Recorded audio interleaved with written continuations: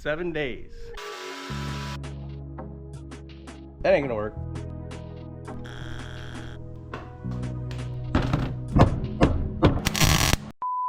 Seven days. 7. That's how long it's been since I've done anything. Man, right after we got all the shift linkage figured out in our mini truck here, I ended up with a nasty case of the flu.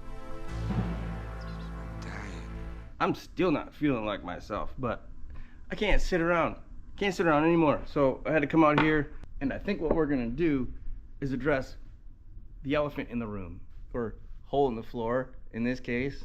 We'll get the pin and spring in that steering column because, you know, I dropped the spring inside of it last time. So we got to dig that out. I'm gonna do some pinstriping, and I finally got a new lens for the GoPro. I can see that dang spring down there. See from that side? No? Well, believe me, it's in there. I see it. Got a magnet on a stick here. Let's see if I can get it out of there with that. I'm not super confident about that though. Yeah, I can't even get it in the hole. That ain't gonna work. So this is just a piece of canvas that I got at the dollar store, and then I painted it black, painted the corners blue. Now I'm just doing a dark blue pinstripe design on it, and we'll see what happens after that.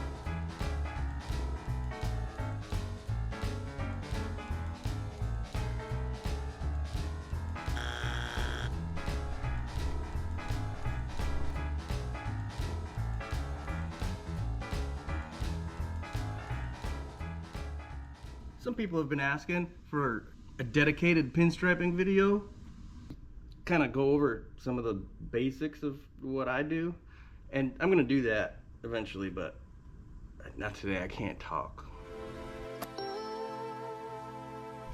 But stay tuned for that. I know it didn't seem like it to you guys, but it took like an hour. That wasn't fun. It's using some radio removal tools. I took a pick tool and ground it kind of flat so it would fit in here. But I got it. So now the question would be, how do we get that together without dropping the spring back in it for the 3rd time, huh? Just think a dab of grease on the end of this spring will hold it in place. A little grease ain't gonna hurt it.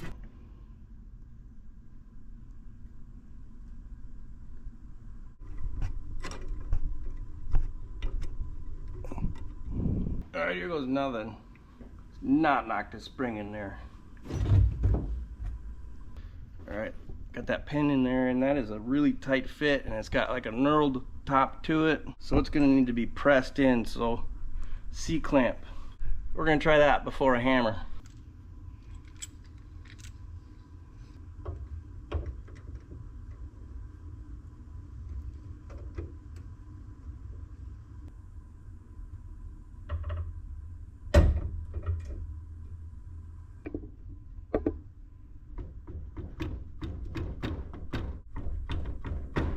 You know, they strongly recommend you do not take this arm off. I now see why. As simple as it seems, that's a big pain in the butt. Looks like I got it though. Springy, park, reverse, neutral, wheel drive. That'll work. That will work.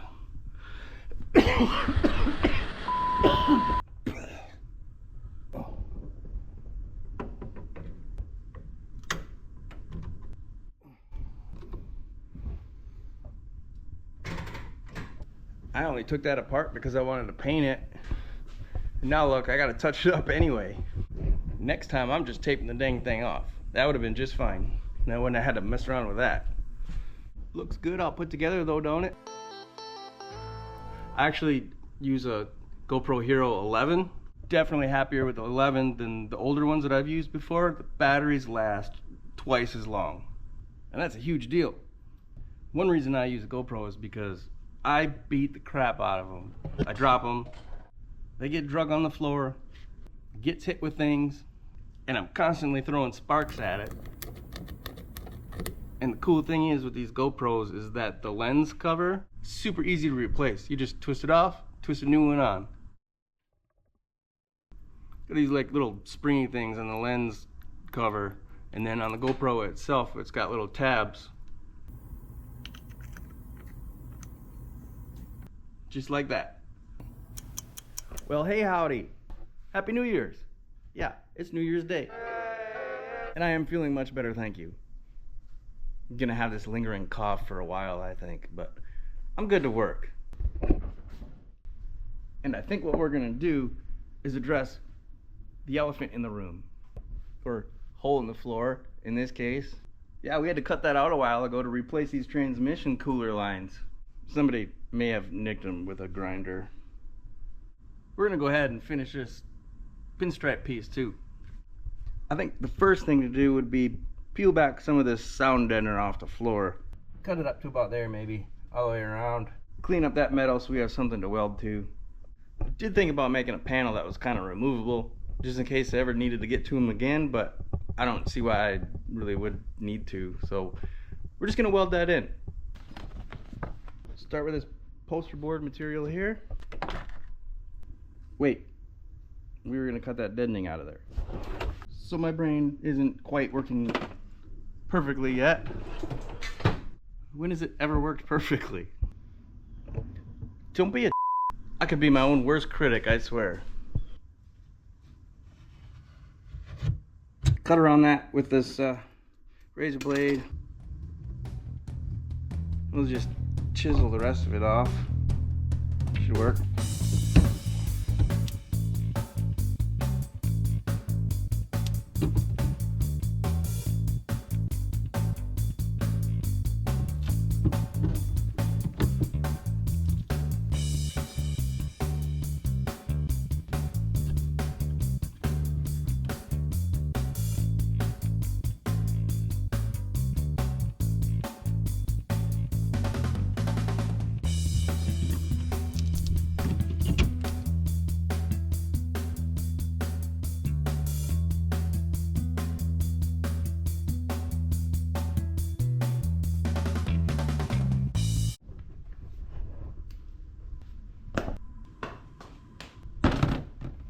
That was fun, but we got it scraped off, cleaned up the metal a bit. Now we can make this template. What we're gonna do is just push on it on the edge of this hole, and hopefully we come up with the shape we need.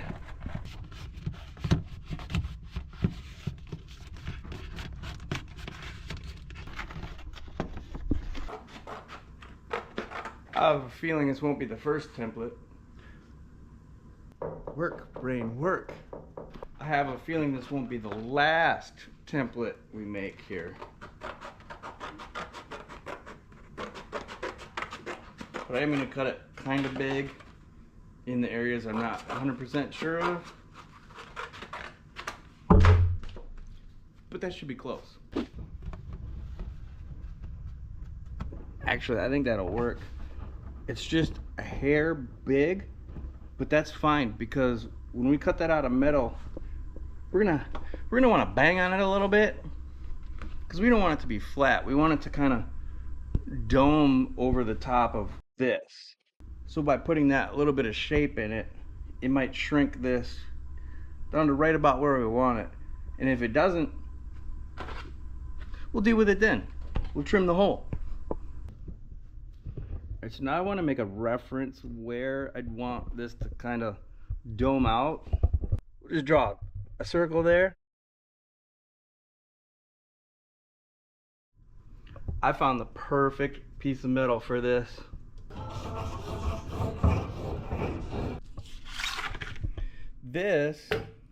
That's actually the sheet metal that we cut out of the roof.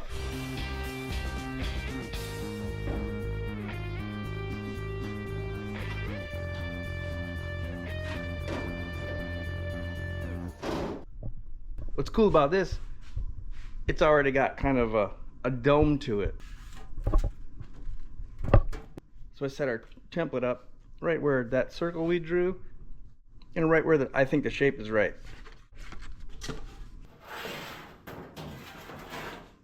Alright, we're gonna go ahead and cut this out. See how it fits in there. If you ain't getting your money's worth out of your cutoff wheel, I don't know what you're doing. We must be in two different tax brackets.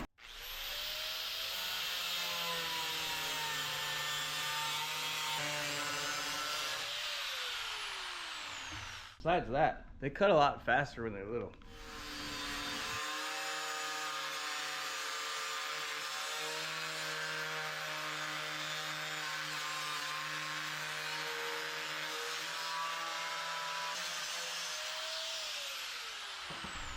Boom. And we still got more to go.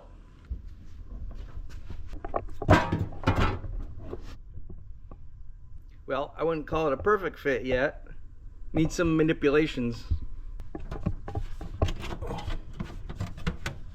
But it's a good start. Days and weeks fly by. They fly by so fast lately. The older you get, the faster they go.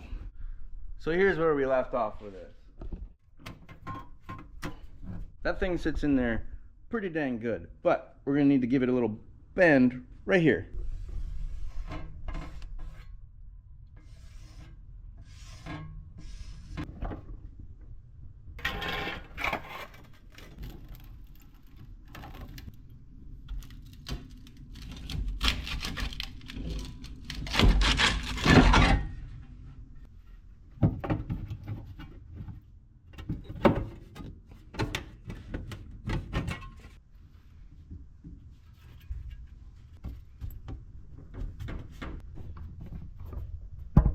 That's pretty dang close.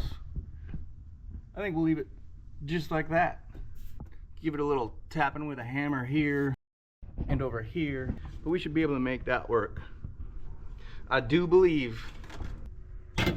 So we'll clean up the edges of this so that it's weldable. But first, we don't want to mess up them lines again. They're the whole reason we got to do this in the first place. So we're going to put something on them that's temporary that we'll be able to pull out from underneath. Like this. Now I got a couple of these. I'll have more in the future. What I'm saying is, I'm not so attached to this that I'm not going to want to cut it up.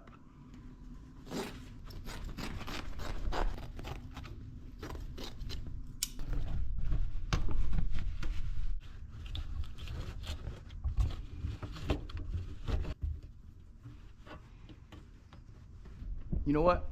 I'm actually going to double that up.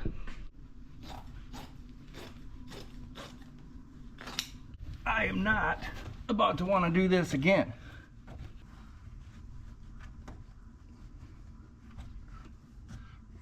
Ooh, actually, I'm even going to put a piece of sheet metal in between these two layers of this welding blanket, right over our lines where it's pretty much touching the floor.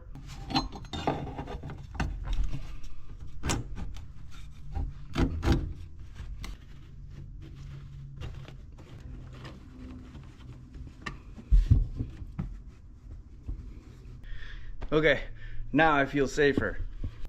Well, we got this cleaned up and ready to go. Already took this kick panel off so we don't screw that up.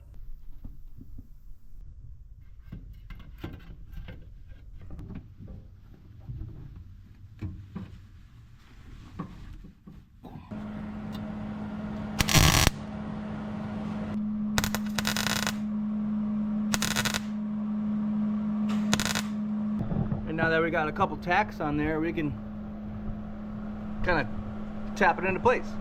Tap, tap, tap. Been a little tappy. Just kind of work our way around, tapping it and tacking it. Tap, tap, tacky. Tap, tap, taparoo.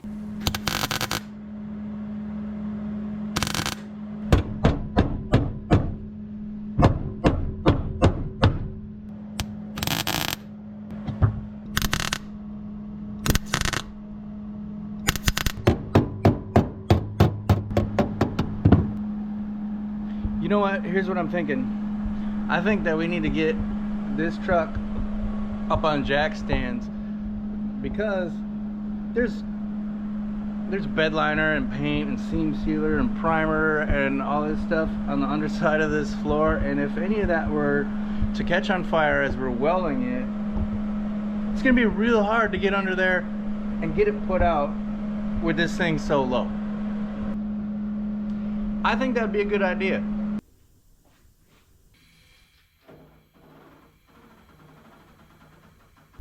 That's good enough. We don't got to get it up on jack stands or nothing. We're not getting under it. Just want to be able to put out a fire if we have to.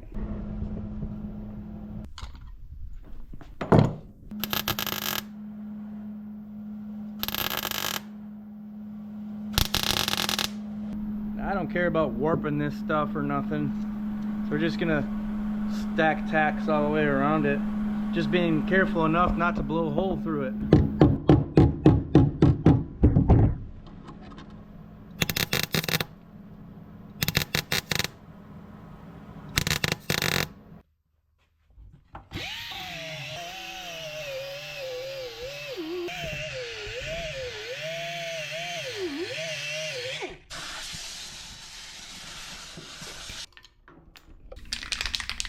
I'm not too worried about grinding that down smooth and everything.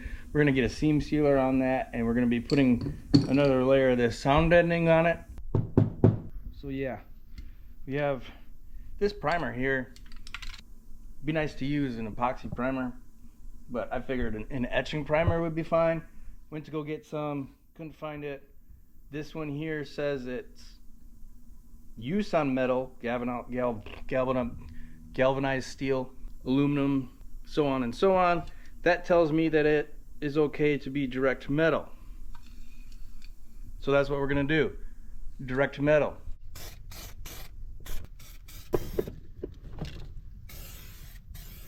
While that primer is drying, we can get under there and take that welding blanket and piece of sheet metal out of there. Maybe we can get some primer seam seal under that too, but I'm not real concerned about that yet today because we gotta finish everything underneath there. Yeah, that's gonna be like a whole weekend under the truck on my back, sanding and priming and seam sealing and undercoating or whatever I'm gonna do down there. But anyway, let's get this out. I am gonna tell you all though, anytime you have adjustable suspension, hydraulics, air ride, do not ever get under that thing, no matter how much you trust it. Especially if you have electric valves or some sort of electric management system. I'm telling you, just don't do it. Be safe, kids, be safe.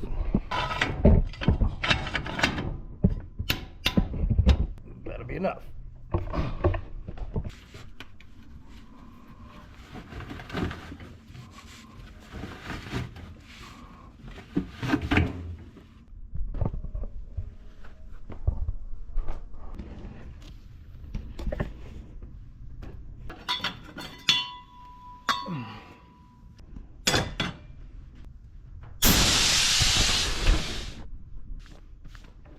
Primer's dry. Let's do some of this seam sealer. 20 bucks. Why is seam sealer so expensive? I normally actually get a tub of it from Amazon. I'll put the link in the description, but it's way cheaper to get it in a tub than a tube like this. But I need to get it locally because I didn't have any. So $20 later, snip the top here. You know, I am definitely working away my feelings today. our head supervisor, Missy. You know, she's had her ups and downs. Definitely having a down. And she's totally fine up here. It's just her body's giving up. It's like that Chris Stapleton song about his dog, Maggie. God, I hate that song. Makes me want to pull a Joe Diffie and shoot the jukebox.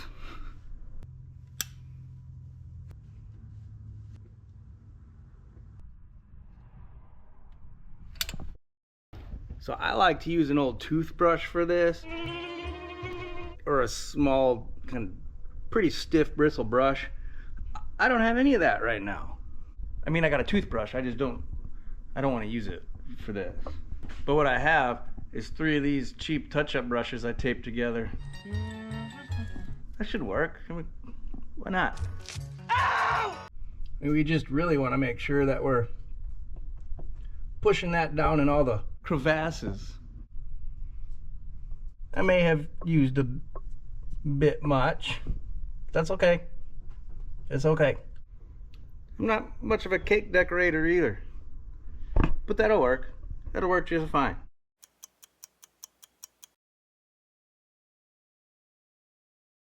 That has been sitting overnight. It's nice and cured up how it should be. I don't know what the recoat times are on this primer. It's probably fine to just shoot it, but we're gonna scuff it up with this red scuff pad.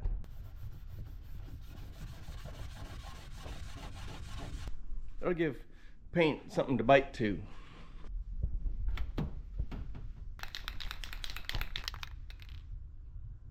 Chevy orange red.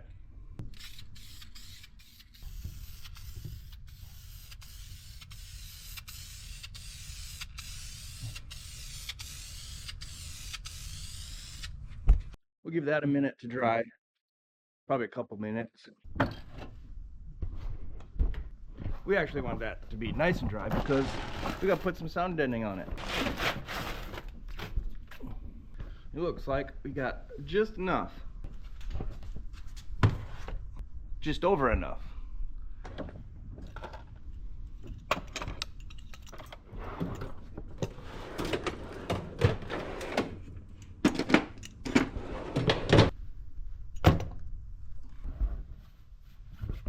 Well, that has had plenty of time to dry, so let's go ahead and get the sound deadener on there. I've been using the sound deadener from NVX. It is very similar to Dynamat, where it's got the butyl with a foil over the top, and I am more than happy with the price and the outcome. So that's what I've been using. That's what I will continue to use until I find something better. Looks like we can cut it about here.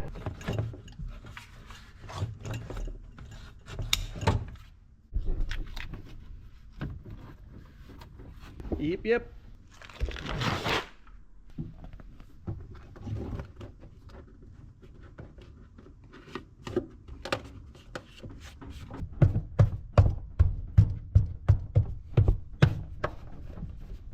I use a few different tools for this. Scissors, razor blade, this roller. Gotta have one of these.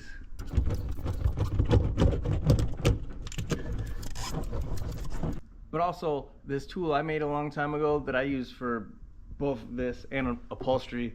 It's a flathead screwdriver that I ground down so it was kind of rounded and smoothed it all out so it wouldn't cut through vinyl or whatever material I'm doing upholstery with, as well as this. At one time, on the back side of this, on the handle, it even had a roller on it, very similar to this. What I did was I took skateboard bearings and I made my own roller. Over the many years, it eventually fell apart and whatever.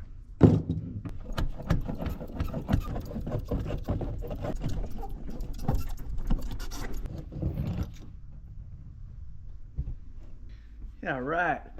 No more hole in the floor. Sound deadened and everything.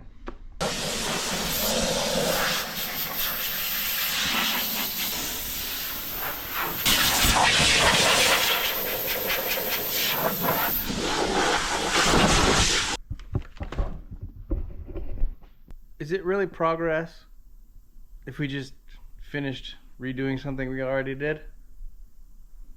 I don't know. But it had to be done, so I guess that would be progress, right?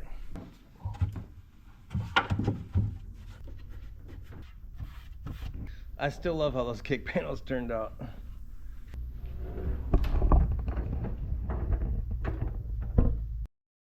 Well, there we go. That was one thing that needed to be done. I mean, there was a giant hole in the floor, and now there's not. So we did good. Thanks for hanging out. I'll see you out there in that one.